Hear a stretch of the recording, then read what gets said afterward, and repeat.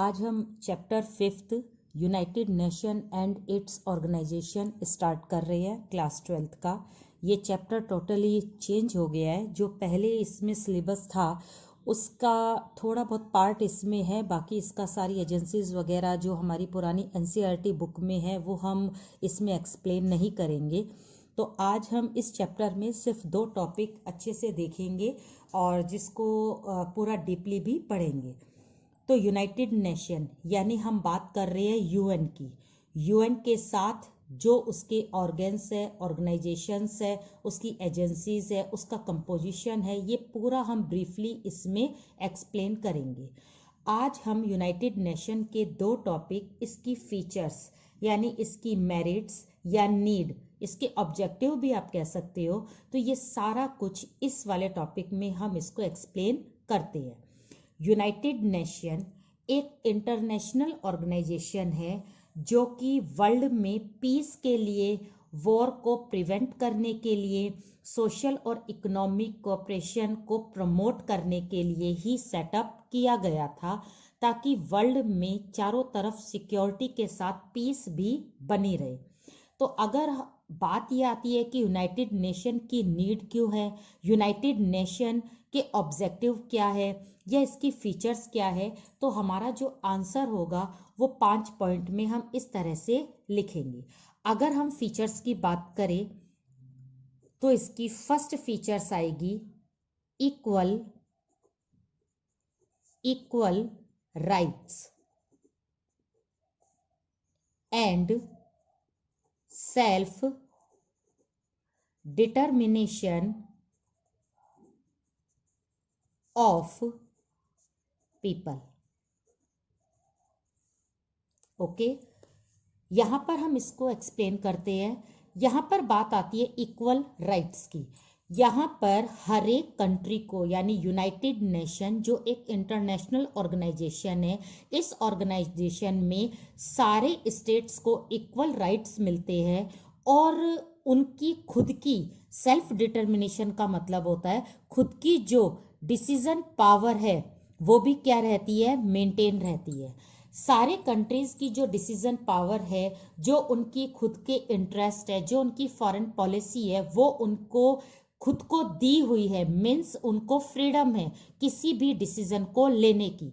तो इस तरह से यूनाइटेड नेशन में जो भी कंट्री इंक्लूड है उनको इक्वल राइट्स तो मिले ही हुए हैं, बल्कि जितने भी कंट्रीज हैं उनके पास में right to freedom, right to decision, it means self determination का राइट भी दिया गया है।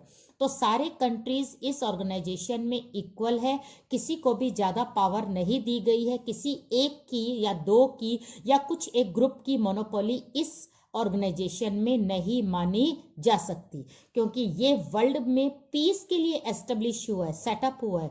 तो यहां पर सारे ही कंट्रीज का कोऑपरेशन क्या है, जरूरी है। नेक्स्ट हम बात करते हैं इसका सेकंड जो ऑब्जेक्टिव है वो है peace and security. United nation का सबसे बड़ा ऑब्जेक्टिव है कि ये वर्ल्ड में क्या चीज क्रिएट करे, पीस और सिक्योरिटी। इसके लिए हमें ध्यान देना है कि लगातार किसी न किसी कंट्री के बीच में या कंट्रीज के बीच में कुछ ना कुछ कॉन्फ्लिक्ट्स या फिर कुछ डिस्प्यूट्स माने जाते हैं। इट मीन्स इन फ्यूचर भी होंगे और अब भी हो रहे हैं।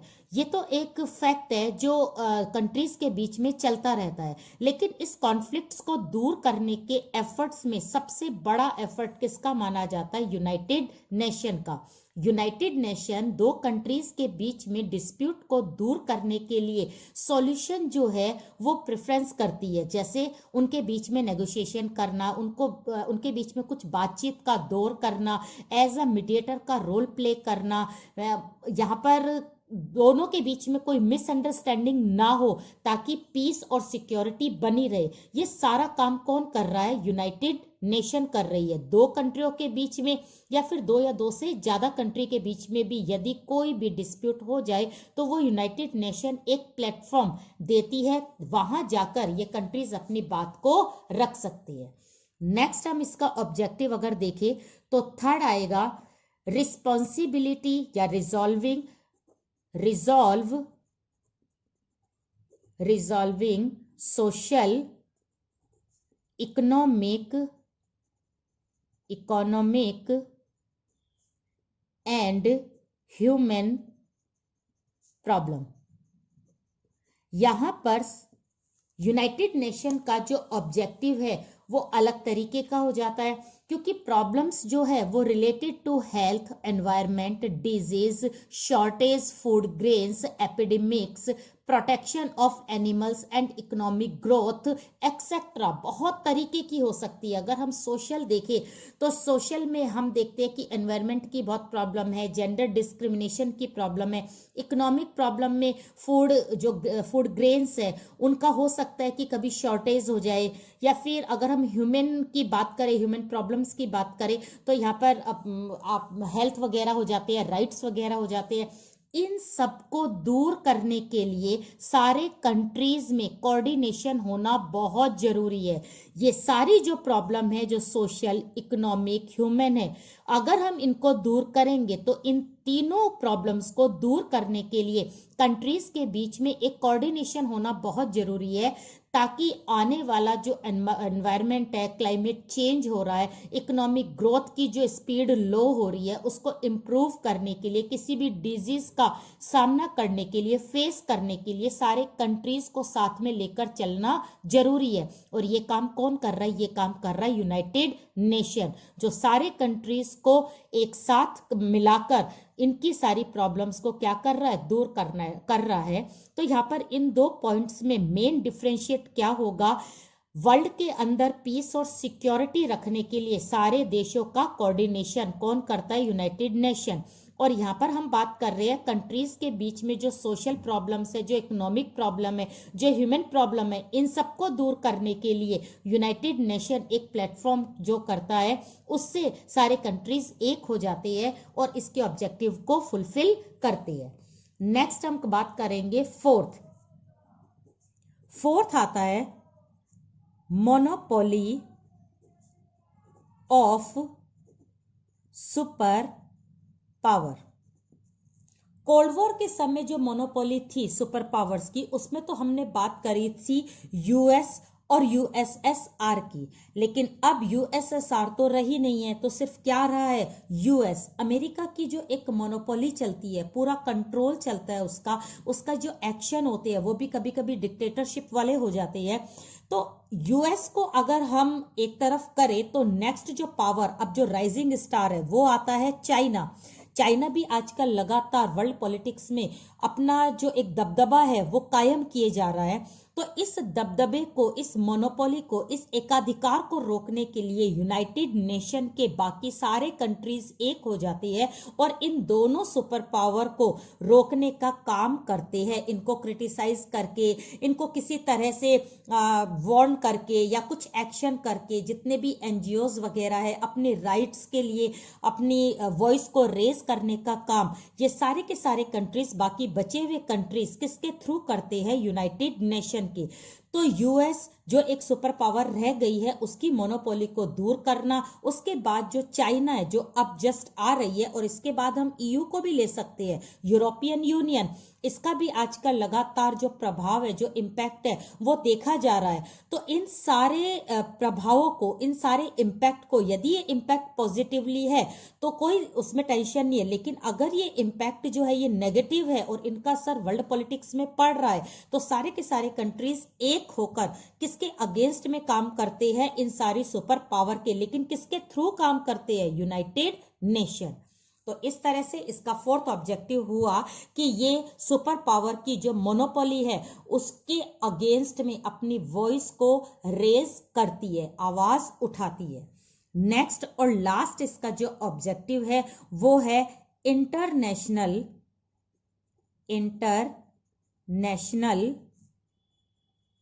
कोऑपरेशन।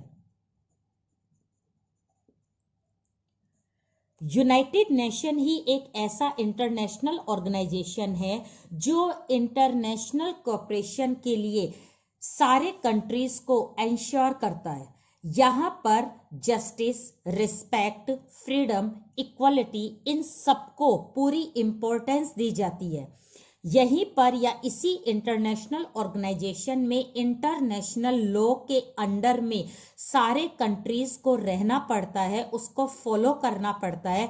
यहाँ पर आने वाले जितने भी कंट्रीज है उनकी जो भी प्रॉब्लम है उसको अंडर द रूल, उसको रूल के अनुसार ही सॉल्व किया जाता है, ताकि कॉपरेशन जो हो वो दो कंट्रीज के बीच में नहीं, सारे कंट्रीज के बीच में रहे और एक अच्छे मैनर के अंडर में सारी प्रॉब्लम को सॉल्व किया जा सके।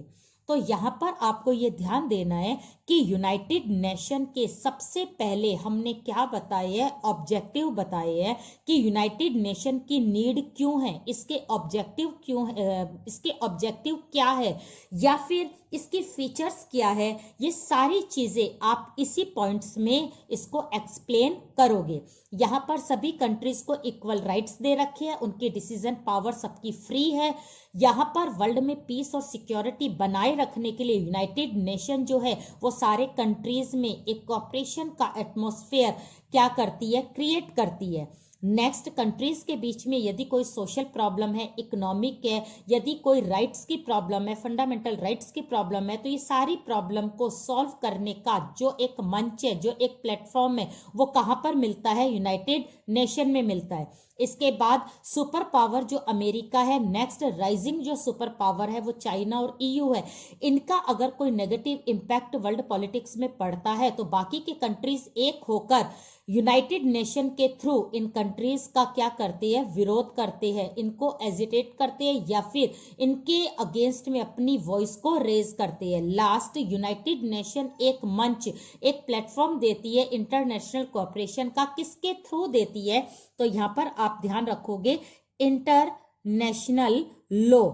इंटरनेशनल लॉ का काम क्या है और वो क्या आगे मतलब क्या क्या चीजें, क्या क्या नियम कानून बनते, ये तो हम नेक्स्ट टॉपिक में करेंगे। यहाँ पर आपको लर्न करना है ये इंटरनेशनल जो लॉ है इसके थ्रू, इसके अंडर ही सारे कंट्रीज को चलना पड़ता है।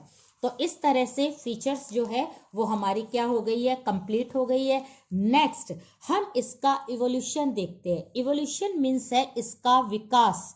इसका विकास कैसे हुआ, ये किस तरह से एक अपनी एग्जिस्ट जो इसकी पोजीशन है, स्टेटस है, उसको इसने किस तरह से लिया है, या इसका जो एक तरह से बर्थ, इसका सेटअप कब हुआ, इसके बारे में अभी हम देखते हैं। तो यदि हम इसकी इवोल्यूशन की बात करें तो हम बात करेंगे सबसे पहले फर्स्ट वर्ल्ड वॉर की। फर्स्ट वर्ल्ड वॉर कब हुआ था ये आपको पता होगा, ये है 1914 टू 1918।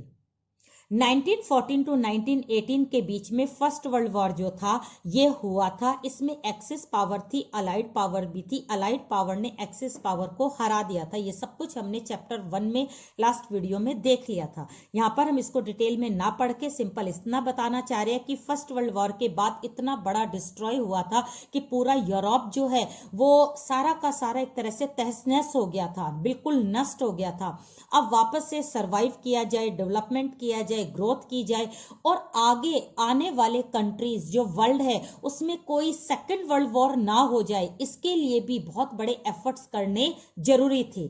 इसलिए फर्स्ट वर्ल्ड वॉर के बाद एक इंटरनेशनल ऑर्गेनाइजेशन सेटअप हुआ। इस इंटरनेशनल ऑर्गेनाइजेशन का नाम था league of nation. League of nation जो है वो 1919 में सेटअप हुआ था। इसमें भी यही सारी सुपर पावर थी और इसमें जो जितने भी मेंबर्स थे उनका काम सिर्फ ये था कि वो पीस और सिक्योरिटी का काम करे, सारी प्रॉब्लम्स को दूर करे, जो सुपर पावर है उसकी मोनोपोली को रोके और एक कॉपरेशन का जो एटमॉस्फेयर है वो ही क्रिएट करे। तो इसका मतलब है सेम यही ऑब्जेक्टिव लीग ऑफ नेशन के भी थे और इसने अपना काम करना शुरू किया कि वर्ल्ड में सेकेंड वर्ल्ड वॉर ना हो जाए। इसके लिए इसने लगातार एफर्ट्स करने शुरू करे, लेकिन जैसा इसने सोचा ऐसा हुआ नहीं, क्योंकि लीग ऑफ नेशन के काम करने के बाद भी हमारे वर्ल्ड में सेकेंड वर्ल्ड वॉर हुआ और ये वर्ल्ड वॉर जो था वो 1939 से 1945 के बीच में हुआ था। इसमें भी एक्सेस पावर सेम थी जो फर्स्ट वर्ल्ड वॉर में थी, और जो इसमें एक्सेस पावर में जर्मनी तो बिल्कुल कॉमन था, लेकिन यहाँ पर टर्की और ऑस्ट्रिया ने साथ दिया था, जबकि यहाँ पर जर्मनी का साथ इटली और जापान ने दिया था। लेकिन अलाइड पावर दोनों में क्या थी, सेम थी। मीन्स वॉर को करने वाले जो कल्प्रिट कंट्री थे उनको रोकने के लिए जो अलाइड पावर बनी थी वो सेम थी। उसमें यूके, यूएस, फ्रांस और यूएसएसआर थे जिन्होंने की इस सेकंड वर्ल्ड वॉर को या फर्स्ट वर्ल्ड वॉर को, दोनों को रोका था। अब हम बात अपने टॉपिक की करते हैं कि सेकंड वर्ल्ड वॉर जो 1939 और 1945 में हुआ था, जैसे ये हुआ इसका मतलब है लीग ऑफ नेशन का जो काम है वो क्या हो गया है, फेल हो गया, क्योंकि इसको सेटअप करने का मेन ऑब्जेक्टिव ये था कि इसको प्रिवेंट करना था सेकंड वर्ल्ड वॉर से, लेकिन वो नहीं कर पाई। तो इसका मतलब है ये लीग ऑफ नेशन क्या हो गई, फेल हो गई। इसके फेल्ड होते ही एक नए इंटरनेशनल ऑर्गेनाइजेशन की रिक्वायरमेंट होने लगी, और ऐसा लगने लगा वर्ल्ड में अगर कोई नया इंटरनेशनल ऑर्गेनाइजेशन नहीं आएगा तो हो सकता है कि थर्ड वर्ल्ड वॉर हो जाए। क्यों? क्योंकि सेकंड वर्ल्ड वॉर के बाद दो सुपर पावर हमारे सामने आई थी, एक यूएस और दूसरी थी यूएसएसआर। तो यहां पर इन दोनों सुपर पावर के बीच में नेक्स्ट थर्ड वर्ल्ड वॉर ना हो जाए, इसके लिए एक नए इंटरनेशनल ऑर्गेनाइजेशन को सेटअप किया गया जिसका नाम था यूनाइटेड नेशन, जिसको हम बार बार यूएनओ या यूनाइटेड नेशन ऑर्गेनाइजेशन बोलते हैं। अब ये जो यूनाइटेड नेशन ऑर्गेनाइजेशन था ये कब सेटअप हुआ था, ये हुआ था 24 अक्टूबर 1945। इस दिन ये सेटअप हुआ था। तो 24 अक्टूबर को हम यूएन डे के नाम से भी जानते हैं। तो यूएन डे जो बनाया जाता है, यूनाइटेड नेशन का दिन जो बनाया जाता है वो 24 अक्टूबर को बनाया जाता है, जिस दिन यूनाइटेड नेशन ऑर्गेनाइजेशन सेटअप हुआ था। जिस दिन ये सेटअप हुआ था यानी 24 अक्टूबर को, यहां पर कितने कंट्रीज इसमें इंक्लूड हुए थे वो आपको ध्यान देना है। वो थे 51 स्टेट्स, यानी सिर्फ 51 कंट्रीज ऐसे थे जिन्होंने इसके चार्टर पर साइन करके यूएन को एक डिक्लेयर यानी इंटरनेशनल ऑर्गेनाइजेशन डिक्लेयर किया था। अब बढ़ते बढ़ते इसमें इंक्लूड होते होते आज इसके जो मेंबर है वो है 193, और जो लास्ट मेंबर जो ऐड हुआ है उसका नाम है सूडान। ये जो सूडान है ये लास्ट मेंबर है, इसलिए याद रखना क्योंकि एक नंबर में ये वाला क्वेश्चन कभी कभी एग्जामिनर दे देती है। तो इस तरह से हमें ये ध्यान देना है कि सूडान जो है वो 2015 में ऐड हुआ था, और अब यूनाइटेड नेशन जो ऑर्गेनाइजेशन है इसमें मेंबर्स कितने हैं, 193। लेकिन स्टार्टिंग में यानी जब इस चार्टर में साइन हुए थे, जब इसके मेंबर थे 51, और 24 अक्टूबर को ये सेटअप हुआ था। अब बात आती है कि क्या ये फेल नहीं हुआ? नहीं हुआ। क्यों नहीं हुआ? क्योंकि 45 से लेकर आज तक कभी कोई थर्ड वर्ल्ड वॉर नहीं हुआ, और अगर थर्ड वर्ल्ड वॉर नहीं हुआ तो यूनाइटेड नेशन के फेल होने का तो सवाल उठता ही नहीं है। तो यहाँ पर हमने बात करी है इसके इवोल्यूशन की कि किस तरह से यूनाइटेड नेशन जो है वो एस्टेब्लिश हुआ था, इसके ऑब्जेक्टिव की कि क्या क्या ऑब्जेक्टिव लेकर साथ में चलता है। यूनाइटेड नेशन को यदि हम डिफाइन करें तो बहुत सिंपल वर्ड्स में हम कह सकते हैं कि United nation formed after the second world war to set up world peace, prevent war and promote social economic cooperation among nations या countries। तो इस तरह से यूनाइटेड नेशन का मेन पर्पस है वर्ल्ड में पीस, सिक्योरिटी, वॉर से prevent करना और प्रमोशन देना, किस चीज को? सोशल और इकोनॉमिक कॉपरेशन को। तो इस तरह से यूनाइटेड नेशन के हमने ये दो टॉपिक अच्छे से देखे हैं और इनको पढ़ा है।